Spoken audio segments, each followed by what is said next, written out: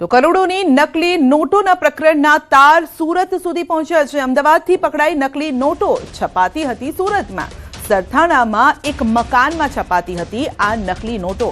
News 18ની ટીમનો આ exclusive અહેવાલ છે। ન્યૂઝ 18ની ટીમ પહોંચી બનાવ સ્થળે રાધેકૃષ્ણ સોસાયટીના 77 નંબરના મકાનમાં ચાલતો હતો વેપલો। 77 નંબરના મકાનમાં નકલી ચલણી નોટો છપાતી હતી। મુકેશ પટેલ નામનો વ્યક્તિ મકાન ભાડે રાખી અને રહેતો હતો। પ્રિન્ટરની મદદથી નકલી ચલણી નોટો છાપતો હતો। સરથાણામાં નોટો છાપી આશ્રમ મોકલવામાં આવતી હતી। તો અમદાવાદમાંથી નોટો પકડાઈ છે આ નકલી, પરંતુ છપાતી હતી સુરતમાં। સુરતથી પછી તેને ડિસ્ટ્રીબ્યુટ કરવામાં આવતી હતી। તો આશ્રમની ગાડીમાં જ આ વેપલો ચાલતો હતો।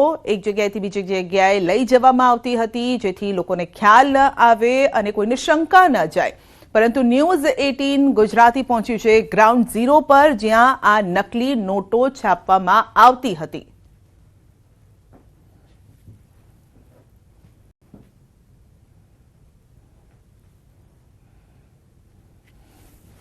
અમદાવાદ ક્રાઇમ બ્રાન્ચે 2 કરોડની નકલી નોટો પકડી પાડી છે। તેનું સીધું કનેક્શન સુરત ખાતે પહોંચ્યું છે। ત્યારે સુરતના કામરેજ ખાતે આવેલા સત્યયોગ ફાઉન્ડેશનના જે આગેવાન પ્રદીપ છે તેમની સંડોવણી સામે આવી છે। ત્યારે સૌથી મોટો ખુલાસો કરવામાં આવી રહ્યો છે કે સુરતના સરથાણા વિસ્તારમાં આવેલી કૃષ્ણા સોસાયટીના 77 નંબરના બંગલામાં રહેતો મુકેશ પટેલ આ નોટો છાપતો હતો। કહેવાય છે કે અહીંયા નોટ છાપવામાં આવતી હતી। અહીંથી તમામ નોટો કામરેજ ખાતે જે આશ્રમ છે ત્યાં મોકલવામાં આવતી હતી। ત્યારબાદ ત્યાંથી ગાડી ભરીને અમદાવાદ લઈ જવામાં આવી હતી। અમદાવાદ ક્રાઇમ બ્રાન્ચે આ સમગ્ર જે નોટો છે તે પકડી પાડી કૌભાંડનો પર્દાફાશ કર્યો છે। 6 લોકોની ધરપકડ કરી છે। બપોરે 2 કલાકે આ મામલે અમદાવાદ ક્રાઇમ બ્રાન્ચ મોટો ખુલાસો કરશે। પણ સૌથી મોટી વાત એ છે કે મુકેશ પટેલ નામનો વ્યક્તિ છે કે જે આ ભાડાનું મકાન રાખેલું હતું, આ ભાડાના મકાનમાં રહેતો હતો અને અહીંયા જ નોટો છપાતી હોવાની વિગતો સામે આવી છે। ત્યારે 2 વાગ્યા બાદ મોટા ખુલાસા થશે। પણ કહી શકાય કે જે રીતે યોગ ગુરુ પ્રદીપનું નામ સામે આવે છે, સત્ય યોગ ફાઉન્ડેશનનું નામ સામે આવી રહ્યું છે, તેના સીધા કનેક્શનના તાર આ મકાન સાથે જોડાયેલા હોવાની વિગતો હાલ સામે આવી રહી છે। કેમેરામેન જીગર ગોગલ સાથે કૃતેશ પટેલ, ન્યૂઝ 18 ગુજરાતી, સુરત।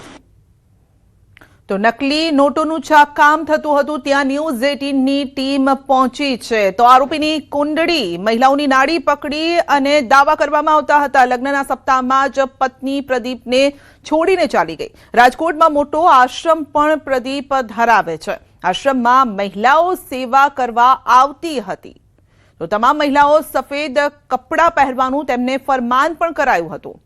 આરોપી પ્રદીપના રૂમમાં જવાની મંજૂરી ફક્ત મહિલાઓને હતી।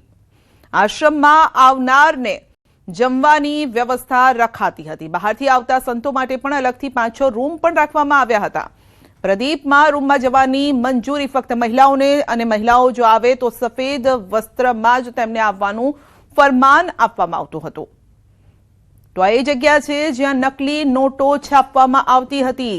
તો અહીં છપાતી હતી નકલી નોટો। હવે નકલી નોટો જે મળી આવી ત્યારબાદ રેલો સુરત સુધી પહોંચ્યો અને સુરતમાં જ્યાં નકલી નોટો છપાતી હતી એ ઘરમાં, રૂમમાં છપાતી હતી, ત્યાં ન્યૂઝ 18 ગુજરાતીની ટીમ પહોંચી। તો યોગ ગુરુ પ્રદીપ રહ્યા છે વિવાદોમાં। 2018માં કર્યો હતો પ્રદીપે આપઘાતનો પ્રયાસ। સુરતના આશ્રમમાં કર્યો હતો આપઘાતનો પ્રયાસ। આપઘાતના પ્રયાસ પહેલા લખી હતી સુસાઇડ નોટ। જી હા, વિવાદો સાથે નાતો રહ્યો છે પ્રદીપનો। તો પત્ની પણ તેને છોડીને ચાલી ગઈ હતી। આશ્રમ બાબતે પણ ઘણી બધી જે ઘટનાઓ છે અથવા તો જે ગતિવિધિ છે તે પણ શંકાના દાયરામાં છે, કારણ કે મહિલાઓને સફેદ વસ્ત્રમાં આવવા માટે કહેવામાં આવતું હતું। એટલું જ નહીં, પ્રદીપે પહેલા સુસાઇડનો પણ પ્રયાસ કર્યો હતો। વધુ અપડેટ મેળવીશું સંવાદદાતા કીર્તેશ પાસેથી। જી કીર્તેશ, પ્રદીપ અને વિવાદો સાથે તેનો નાતો। બિલકુલ, જે પ્રકારે અમદાવાદ ક્રાઇમ બ્રાન્ચે 2 કરોડ 10 લાખની નોટો ઝડપી પાડી છે તેનું સીધું કનેક્શન સુરત આવ્યું છે અને આ કનેક્શન સુરતના કામરેજ ખાતે આવેલા સત્ય યોગ ફાઉન્ડેશનના જે ગુરુજી પ્રદીપ છે તેની સાથે જોડાયેલું છે। ખાસ કરીને સુરતના સરથાણા વિસ્તારમાં નોટો છપાતી હતી, ત્યારબાદ એ કામરેજ ખાતે પહોંચી હતી અને કામરેજથી આ નોટો અમદાવાદ જવા નીકળી હતી। કહી શકાય કે યોગ ગુરુ પ્રદીપ છે તે 2018માં વિવાદમાં આવેલા હતા। તેમને ઝેરી દવા પી આપઘાતનો પ્રયાસ કર્યો હતો અને પાટીદાર આંદોલન જે સમયે ચાલતું હતું એટલે કે આંદોલનકારીઓ પર તેમને ગંભીર આક્ષેપો કર્યા હતા। કહી શકાય કે સતત વિવાદોમાં રહેતા પ્રદીપ જી યોગ ગુરુ છે એ ગુજરાતના નામી મંત્રીઓ અને નેતાઓ સાથે બી તેમના ફોટા હવે સોશિયલ મીડિયામાં વાયરલ થવાના શરૂ થયા છે. એટલે કે વિવાદો સાથે જોડાયેલા પ્રદીપ યોગ ગુરુ છે કે તે હવે નકલી નોટોના આખા રેકેટમાં તેમનું નામ સામે આવી રહ્યું છે. જોકે ક્રાઇમ બ્રાન્ચે 6 લોકોની ધરપકડ કરી છે અને ટૂંક સમયમાં આ મામલે મોટો ખુલાસો થશે. જી આપનો આભાર. બનાસકાંઠા જિલ્લો ખેતી અને પશુપાલન આધારિત જિલ્લો છે. જિલ્લામાં ખેડૂતો પશુપાલકો ખૂબ જ મહેનત કરી પોતાનું ગુજરાન ચલાવે છે અને ત્યારે પાણીનું એક એક ટીપું કેટલું મહત્વનું છે તેનો સાચો અહેસાસ વડગામ તાલુકાના ગામડાઓમાં જોવા મળે છે. છેલ્લા 30 વર્ષથી અહીંના ખેડૂતો સિંચાઈના પાણી માટે રાહ જોઈને બેઠા છે અને તેમની પાસે જમીન હોવા છતાં પણ શિયાળુ કે ઉનાળુ ખેતી કરી શકતા નથી. પોતાને ખાવા માટે ઘઉં પણ બહારથી લાવવા મજબૂર છે. સરકાર દ્વારા નર્મદાનું પાણી લાવી તળાવો ભરવા માટે પાઇપલાઇન નાખવામાં આવી છે, પરંતુ હજુ સુધી તળાવો ભરાયા નથી અને જેના કારણે ખેડૂતોની આશા અધૂરી રહી ગઈ છે. અનેક પ્રયત્નો છતાં બોરવેલ નિષ્ફળ ગયા છે અને ખેતરો સૂકા રહી ગયા છે. સરકારે નર્મદાનું પાણી લાવી તળાવો ભરવા માટે પાઇપલાઇન યોજના શરૂ કરી. તળાવો સુધી પાઇપલાઇન પહોંચાડી છે, છતાં હજુ પાણી ભરાયું નથી. ખેડૂતોની માંગ છે કે તળાવો 1 વર્ષ સુધી સતત ભરવામાં આવે, જેથી પાણી જમીનમાં ઉતરી શકે, તળ ઊંચું આવે. આથી ખેતીમાં પણ સુધારો થાય, ખેડૂતોને જીવન જીવવા માટે નવી આશા પણ મળે. અમારા વડગામ તાલુકામાં પાણીની પરિસ્થિતિ ખૂબ જ ખરાબ છે, કારણ કે દિવસે દિવસે વરસાદ ઓછા થઈ જાય છે. એના લીધે બોરોના તળ ઘણા ઊંડા જતા રહે છે. જો સરકારશ્રી તરફથી તળાવો ભરવામાં આવે અને એના લીધે બોરોના તળ ઊંચા આવે તો અમારા લોકોનું ગુજરાન નભે, એટલે કે અમારે તો અહીંથી હિજરત કરવી પડે એવું થયું છે. માટે સરકારને વિનંતી છે કે તળાવો ભરે. જે પાણીના તળ નીચે ગયા છે એના લીધે જે ખેતીવાડી અને પશુપાલન માટે જે તકલીફ ઊભી થાય છે એ તકલીફ ઊભી ના થાય ને એનું જે એના માટે જે ઓપ્શન છે કે બધા ગામડામાં તળાવમાં પાણી આવે. સરકારશ્રીમાં થયેલી રજૂઆતોને ધ્યાને લઈને સરકારશ્રી દ્વારા 4 મુખ્ય પાઇપલાઇન પ્રોજેક્ટો હાથ ધરવામાં આવેલા.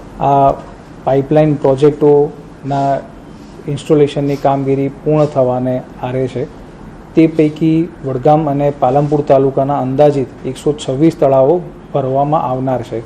આ 4 પ્રોજેક્ટોનાથી નર્મદાના જે પાણીના પ્રશ્નો પાણી તેનું આ તળાવોમાં ઉમેરી અને વિસ્તારના પાણીના પ્રશ્નોનું નિરાકરણ લાવવામાં આવશે.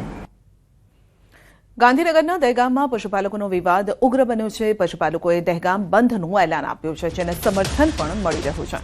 દહેગામમાં એસટી ચોક, એપીએમસી, શાક માર્કેટ, ચોકસી બજાર સહિતના વિસ્તારો સજ્જડ બંધ જોવા મળ્યા. વેપારીઓએ પશુપાલકોની વેદના સમજી બંધ પાડ્યો. ઉલ્લેખનીય છે કે એપીએમસી આજે બંધ રહેતા તાલુકાનું 1.25 કરોડનું ટર્નઓવર ઠપ થશે. ત્યારે હાલ તો વેપારીઓએ પશુપાલકોને ટેકો જાહેર કર્યો છે અને પશુપાલકોના હિતમાં ઉકેલ આવે તેવું પણ તેઓ ઈચ્છી રહ્યા છે.